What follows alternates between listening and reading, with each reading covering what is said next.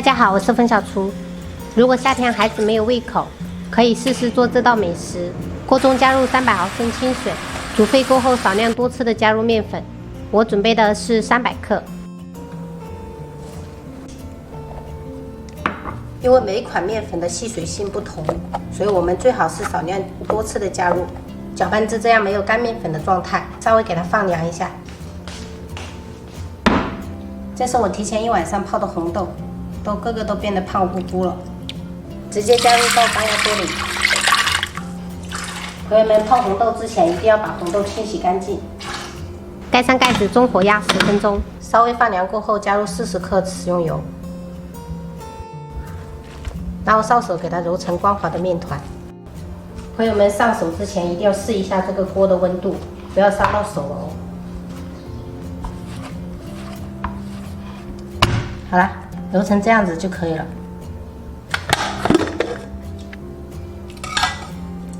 红豆压成像这样子的，比较有颗粒感的就可以了。装入碗中备用。趁热加1大勺白糖，大概30克左右。喜欢吃甜的可以多加一点。然后搅拌均匀。这样我们一个蜜红豆就做好了。案板上撒干面粉防粘，把面团直接移到案板上，不用洗面。用擀面杖给它擀成薄一点的面片，我这边给它擀成长方形的。用刮刀把边角修饰一下。把擀面杖放在面片的2/3处，铺上蜜红豆。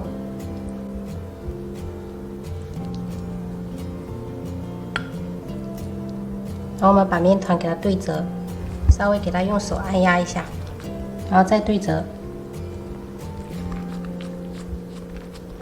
然后用擀面杖给它按压推开，稍微给它再擀压一下，然后用刀切成自己喜欢的形状。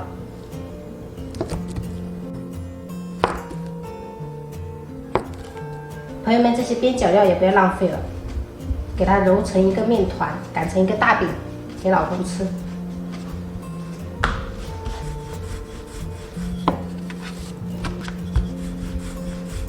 放入蜜红豆，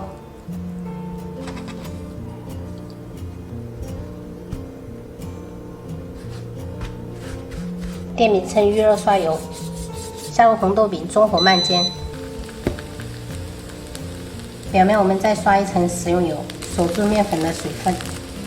煎至2分钟，可以给它翻面了。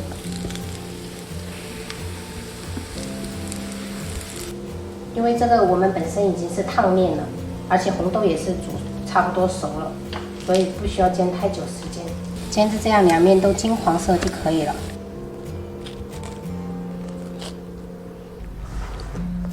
要加不？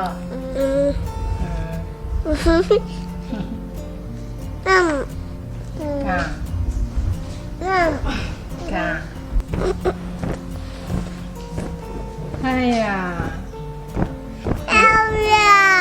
有这么懒吗？没要，好不好吃啊？好吃，妈妈说的每食都好吃。这么捧场啊？对呀，所以你是我的心肝宝贝呀。你也是。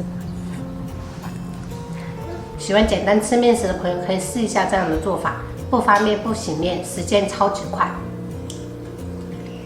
好啦，本期视频我们就分享到这里啦！喜欢我的视频记得关注我，我是冯小厨，下期再见，拜拜。